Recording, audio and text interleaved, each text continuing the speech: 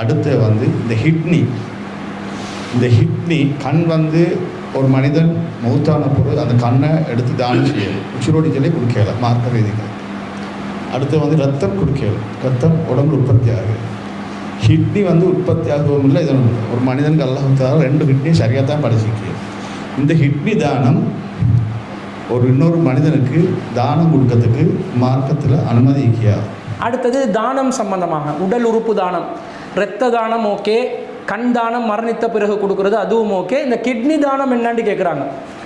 பொதுவாக மனுஷனுக்கு 2 கிட்னி இருக்குது, அதில் 1 தான் ஒர்க் பண்ணுது, மற்றது ஸ்பேராக தான் இருக்கும்.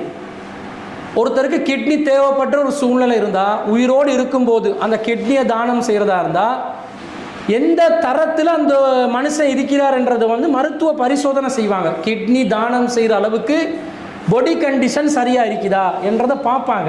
பார்க்காம எல்லாம் மருத்துவத்தில் வந்து என்ன செய்ய மாட்டாங்க, கிட்னியை எடுக்க மாட்டாங்க. அப்படி மருத்துவ பரிசோதனை செஞ்சு அந்த சூழ்நிலையில், ஏன்னா குடும்பத்தில் ரொம்ப நெருக்கமான ஒருத்தராக இருப்பாங்க, அவங்க உயிருக்கு போராடி கொண்டு இருப்பாங்க, கிட்னி தேவைப்படும். அந்த நேரத்தில் யாரும் வந்து முன் வர மாட்டாங்க.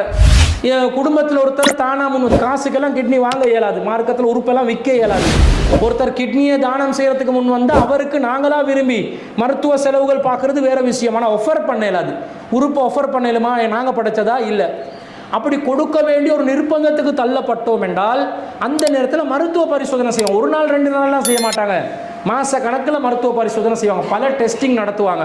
டெஸ்டிங் எல்லாம் நடத்தி இவருடைய கிட்னியை வந்து அந்த பிளட் கேட்டகரி எந்த AB நெகட்டிவ் எல்லாம் பார்த்து O பாசிட்டிவ் என்னன்றதை பார்த்து இதை கொடுக்கலாம், பிளட் குரூப் படி இந்த கிட்னியை வந்து தானம் செய்யலாம் என்று மருத்துவ சான்றிதழ் வழங்கிய பிறகுதான் கிட்னி டிரான்ஸ்பிளான்ட்டை பண்ணுறாங்க.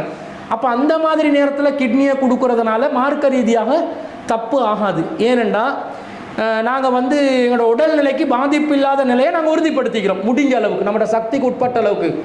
அதை கொடுத்த பிறகும் விபரீதங்கள் வரலாம், ஆனால் முடிஞ்ச அளவுக்கு சக்திக்கு உட்பட்ட அளவுக்கு நமக்கு பாதிப்பு இல்லை என்றதை நாங்கள் அறிஞ்சு கொண்டுட்டோம். அந்த நிலையில் கொடுக்குறதா இருந்தால், இப்போ நாங்கள் ரத்தம் கொடுக்குறோம், எப்படி கொடுப்போம், இதை கொடுப்பதனால் பாதிப்பு இல்லைன்றதை உணரும் போது தான். கொடுப்பதனால் பாதிப்பு இருக்குமெண்டா ரத்தமும் தான் கொடுக்கலாது. இந்த மாதிரி ஒரு சூழ்நிலையை நாங்கள் கவனிக்கிறோமா இல்லையா என்ற வகையில் தான் இந்த கிட்னி விஷயமும் அமைகிறது. எனவே ஒருத்தர் வந்து கிட்னியை தானம் செய்யும்போது மருத்துவ பரிசோதனையில் ஓகே தான், இது கொடுக்கலாம் தான் என்று மருத்துவ சான்றிதழ்கள் வந்தால் கொடுக்கலாம். ஆனால் காசு பணத்துக்காக கொடுக்கக்கூடாது. அது உடல் உறுப்பை விற்கிற பாவமாக போயிடும். ஆனால் அந்த கொடுத்தவருக்கு நிறைய விட்டமின்கள் தேவைப்படும். ஒரு கிட்னியில் ஓடுறதுனால கிட்னியில் ஒன்றில் ஓடுறோமோ இல்லையோ மனசு வந்து ஒரு மாதிரியாக மாறிடும்.